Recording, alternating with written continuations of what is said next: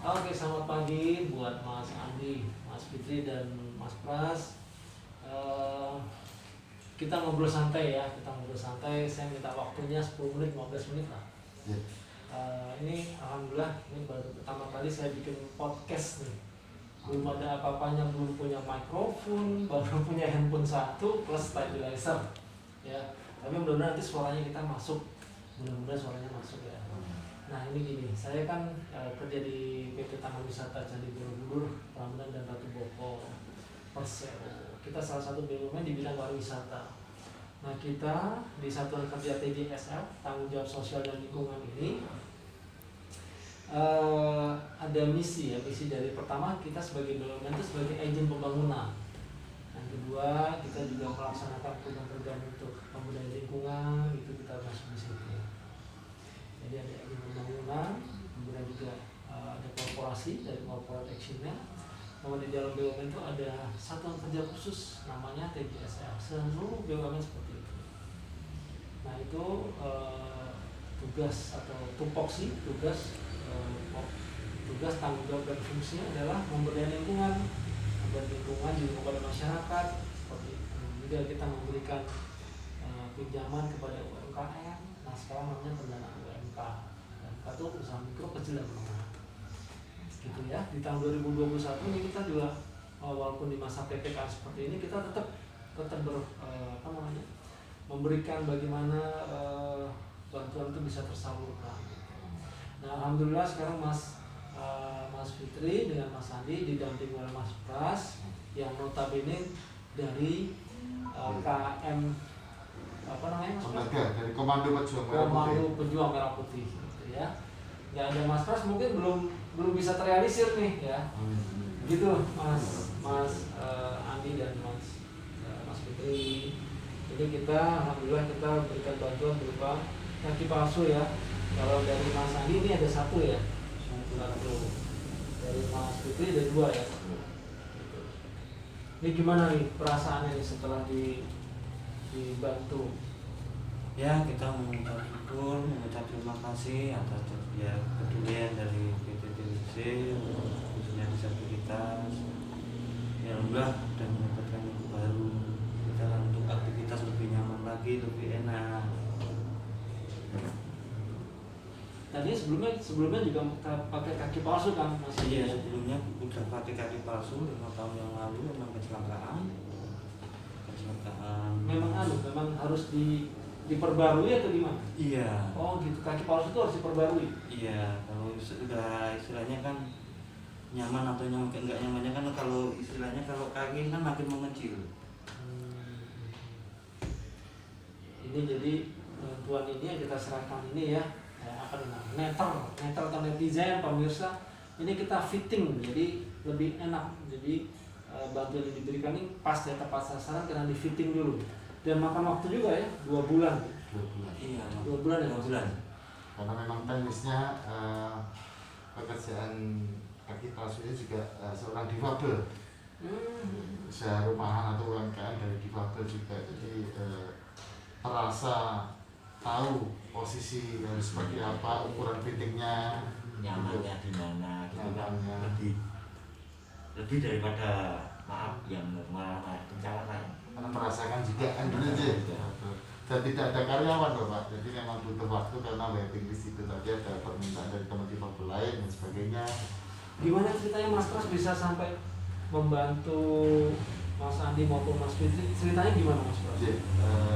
Memang di awal ketemu Mas Andi di kegiatan Merapi dalam hal ini bencana Merapi, erupsi Merapi kemarin, banyak mudoroso Mas Andi dapat amanah dari teman difabelnya untuk mohon didukung sarana bantuan anak disabilitas dalam bentuk kaki palsu 1 dan 2 gitu Mas Andi ya. Alhamdulillah mantan doa restu daripada Mas Fitri, doa restu daripada Mas Andi dijaga di Jawa, kita ikhlas, tidak ada pamrih dalam atur oleh Pak Edi atau dalam hal ini manajemen TWC. Alhamdulillah bisa terrealisasi harapan dan keinginan dari teman-teman difabel pandemi bersama difabel, Komando Pejat Putih, TWC tetap semangat. Tetap semangat ya. Iya, iya. Gimana kalau dari Mas Fitri? Alhamdulillah sekali Bapak ini Nyaman ya dipakai ya? kaki palsu yang bantuan ini mungkin bisa mengganti yang dulu kan Oh, gitu. itu sebenarnya kalau istilahnya sudah nggak layak. Oh, Tapi kan gitu. ya namanya ekonomi lemah kan kita dituntut kebutuhan Ya, belaka. gitu. Mungkin ya kalau untuk membeli kan ya yang teramat berapa Iya. sebenarnya, tapi bukannya kita mengharapkan bantuan, tapi ya itu tadi itu tanpa ada Tanpa ada uluran tangan dari uluran pihak tangan, lain, emang dari sebenarnya berat. perorangan maupun dari lembaga Iya. itu agak sulit untuk mewujudkan ya.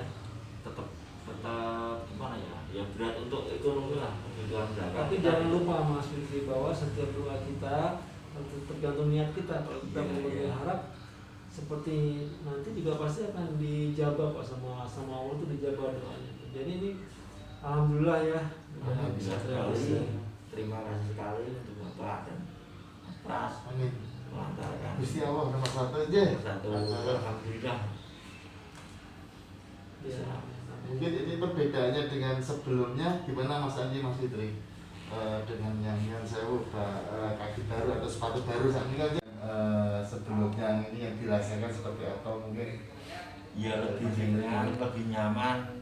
Kalau dilihat dari konstruksinya ya insya Allah lebih awet. Oke, Mas Fitri maupun Mas Andi. Jadi saya bisa menarik sebuah tadi sebelumnya kita on ini kan kita sempat cerita ya Mas Andi dan Mas Fitri cerita bahwa saya dulu pernah kenapa kok sampai kronologisnya bagaimana ternyata ini diserempetnya nggak main-main, malah diserempet sama kereta api tahun 98 ya Mas Fitri ya. Tapi coba Mas Fitri bisa ini ya, artinya karena orang mungkin kalau dengar kakinya diamputasi atau tangannya itu rasanya kan Ya, berat gitu ya. Tapi ini Mas Fitri kok bisa itu gimana tuh? ya namanya stres, istilahnya stres kan, depresi ya pastilah. Tapi kan kita cuma hidup, cuma menjalani aja. Ya udah, sempat 1 bulan 2 bulan gimana. Tapi yang bikin kita kan lihat di pabel lainnya teman-teman, oh banyak yang palsu, bikin kayak disabilitas. Jadi termotivasi ya. Ya, kita hidup ada yang menghidupkan. Kita di sini juga cuma sekedar paling berapa tahun istilahnya kita kontrak, ya udah kita jalan aja. Itu sudah diamputasi atau belum? Sudah. Sebelumnya kan nggak pernah. Sebelum ini kan aktivitasnya cuma petani, Pak. Sempat di Tangerang bekerja, tapi ya udah Iya. kebakaran itu udah pulang terus pihak kanan itu jadi petani gitu. Tapi alhamdulillah ya Mas Fitri sanggup ya, makanya mentalnya kuat. Iya sudah. Kalau Mas Andi, Kalau saya kejadiannya apa Mas Andi? kejadiannya 5 tahun yang lalu saya pernah Tahun 2015. kena setrum, 16. terpelanting sampai daya istilahnya ya udah keluarga, anak saya cuma nomor 2 seumur anak saya yang sudah 10 hari. Itu kerja apa? Saya kerjanya di konstruksi baja ringan sampai terpelanting selang kalau ruangannya sarafnya mati, terus Jadi kesetrum itu jangan pas masang jaringan gitu. baru ngumpul di lokasi. Memang listriknya nggak dimatikan? Itu di lokasi di bawah tekanan tinggi. Wah, sultan. Nah, Wah, pakai alas kaki tidak waktu itu. Pakai sepatunya yang mungkin saking senengnya istilahnya punya anak umur 10 hari buat tambah-tambah syukuran, nggak tahunya ya sepatunya basah, tahu-tahu Padahal sebetulnya kan ada SOP-nya kan. Iya. Kalau memasang itu ada SOP. SOP itu standard operation procedure. Jadi sepatunya harus memang tahan Tahan strom. strom dan api. Itu nggak dipakai. pakai sepatu biasa. Oh, iya. Posisi basah terus itu jaringan listrik lupa dimatikan ini ya. Iya, di atasnya ada jaringan tinggi. Suket ya, suket ya itu tadi. Terus sempat juga stres juga pada waktu mau dikasih tahu dokter. Itu satu ya mas. Stres sampai 3 hari saya bawa ke rumah sakit hampir 1 Jogja, rumah sakit ke Pantura, ke Sarjito. Itu sudah diagnosanya amputasi semua. Selang 3 hari anak saya yang dekat, ya nggak apa-apa, potong. Yang penting anak sehat. Gitu. Alhamdulillah yang mumpuk saya untuk terus semangat ke depan untuk anak-anak itu bagai kecil saya. Ya namanya kita nggak pernah tahu namanya musibah ya. Kita nggak pernah tahu, kita manusia cuma bisa menjalani hidup aja kan. Kita nggak pernah tahu bisa kehendak Allah apa dibalik semua ini ya, kita nggak tahu. Yang saya dengar dari Ustadz katanya kalau kita diberikan ujian itu baik kekurangan harta maupun sakit itu tanda Tuhan itu sayang. Tuhan sayang sama kita, jadi ingin hambanya itu mendekat. Nah ini bisa jadi ini kan salah satu dari ujian ya, ujian yang diberikan. Kita nggak pernah tahu nanti malah kado terindahnya nanti di akhir. Kado terindah dari Tuhan tuh malah nggak tahu kita nanti mungkin anak cucunya malah yang bisa angkat derajatnya ya. Itu Mas Andi ya, kita hanya bisa mengambil pelajaran atau hikmah dari semua ini.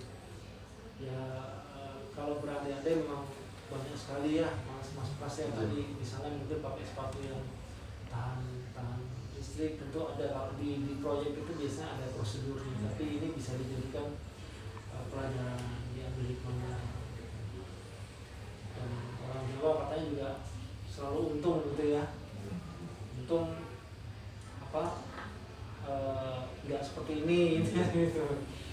Alhamdulillah masih bisa merasakan sakit, tetap semangat, tentu belum masih bisa merasakan sakit, paham deh. Ada bersyukurnya di situ aja Pak. Tapi bisa lihat bagaimana Olimpiade untuk yang difabel itu juga masih. Jadi terus berkarya Mas Andi, Mas Fitri terus berkarya, jangan pernah putus asa. Juga Mas Pras, kalau bisa terus menampilkan kebaikan lah. Amin. Kita kebaikan kan kita dari Mas Pras ini terus diajak ke sini, kan kirim proposal. Kita nggak pernah tahu kalau rezekinya memang sudah diatur, nggak akan lari kok rezeki itu. Sampai ke lubang semut pun kalau emang sudah rezeki tetap dapat. Tapi walaupun rezeki, walaupun cuma bersebelahan, nggak akan kena gitu. Ya, Mas Fitri, Mas Andi. Apalagi nih sebelum saya tutup, apalagi yang mau disampaikan kepada ini nanti saya akan tanyakan di YouTube. Mudah-mudahan nanti ada yang lihat, terus nanti dari yang lihat itu nanti mungkin menjadikan inspirasi. Wah itu pengalaman Mas Andi dan Mas Fitri bisa kita jadikan sebuah pengalaman yang berharga. Mungkin ada seorang anak SMP atau SMA yang coba aku tak nulis kisahnya, bisa jadi ditulis kisahnya, dibukukan, akhirnya malah tersebar baik digital maupun hard copy-nya, malah ada yang baca, membuat orang yang tadinya mungkin patah semangat yang mengalami seperti Mas Fitri maupun Mas Andi jadi tumbuh semangatnya gitu Mas. Jadi itu namanya menginspirasi. Apa yang mau disampaikan Mas? Dari Mas Andi dulu. Ya, khususnya bagi disabilitas juga jangan pernah menyerah. Intinya keluarga, kita pandang keluarga anak kita ke depan kita pasti mampu. Jangan mau dipandang sebelah mata walaupun kita kekurangan. Pantang buat kita untuk melihat belakang, pandang ke belakang, ke depan terus, ke depan, nggak boleh ke belakang. Semangat ya. Semangat buat teman-teman disabilitas, Terus berkarya. terus berkarya untuk bangsa juga. Mas Anu, Mas Fitri, ada yang mau disampaikan nggak? Untuk teman-teman difabel mungkin yang melihat ini ya pesannya cuma satu, yang penting kita pasrah, semangat, ikhtiar, pasti ada jalan. Terkadang kita kena cobaan, kena kekurangan, kena ya itu namanya juga kehidupan. Yang penting kita yakin demi keluarga, insya Allah kalau ya untuk lingkungan minimal untuk orang lain. Ya mungkin cuma itu Bapak. Alhamdulillah sekali ini Bapak. Dari Mas Pras sama kita. Sama-sama. Jadi Mas Pras? Oke, alhamdulillah amanah dari rekan-rekan disabilitas di JP Gusti Allah melalui PwC dalam hal ini Pak Edi beserta manajemen JSN, dan tidak lupa mengucapkan selamat untuk PwC dengan Taman Mini Indonesia, kebanggaan kita masyarakat Indonesia bisa mencakup di bawah pengelolaan PwC ini. Merinding ini dan sekian lamanya ya Bapak sih kalau historinya, maka dari itu sekali lagi kami dari Komando Pejuang Merah Putih Jawa Tengah dan DIY mengaturkan banyak terima kasih kepada PwC yang sudah mengakomodir, memfasilitasi permohonan kami untuk teman-teman disabilitas. Saya mewakili Mas Fitri, Mas Andi, amin amin ya rabbal alamin, doa diijabahi, sehat semuanya, maju dan sukses untuk kemajuan PwC depannya. Terima kasih Mas. BUMN untuk negeri. Mas Fitri dan Mas Andi, terima kasih sudah datang di kantor TJSL di kantor pusat Perhutanan Wisata Candi Borobudur, Prambanan dan Batu Bapak Persero. Ini juga TJSL di sini, kita ada beberapa satuan kerja yang lain. Terima kasih sudah hadir. Tadi kita sudah secara simbolis sudah kita serahkan, kemudian kami dari BPTWC hanya mohon doanya, mudah-mudahan segera kondisi semua sudah kondusif ya, artinya semua warga negara Indonesia sudah ikhlas alhamdulillah mau divaksin lah, jangan terus ditentang. Begitu nanti sudah semua divaksin berarti sudah mengurangi, sudah ada proteksi di tubuhnya. Kalau sekarang mungkin masih ada yang belum, berarti belum timbul kesadarannya. Nah kesadaran ini Mas, kesadaran yang paling penting. Pemerintah juga kan tidak mau kondisi begini terus, kita mau gimana mau cari rezeki kalau begini ya. Sekali lagi terima kasih. Semoga nanti yang para pemirsa atau netro atau netizen atau yang mendengar kisah dari Mas Adi dan Mas Fitri bisa terinspirasi. Oh ternyata masih ada yang lebih menderita dari saya dan tetap semangat gitu ya. Itu tadi kita garis bawahi bahwa semuanya itu tentu sudah kita kembalikan ke atas, bahwa Tuhan itu memberikan sesuatu tentu ada maksud dan tujuan, for a reason. Oke, terima kasih sekali lagi. Juga Bima terima kasih ya sudah mau membantu podcast ini. Ini pertama kali podcast saya. Mudah-mudahan bisa lanjut nanti, bisa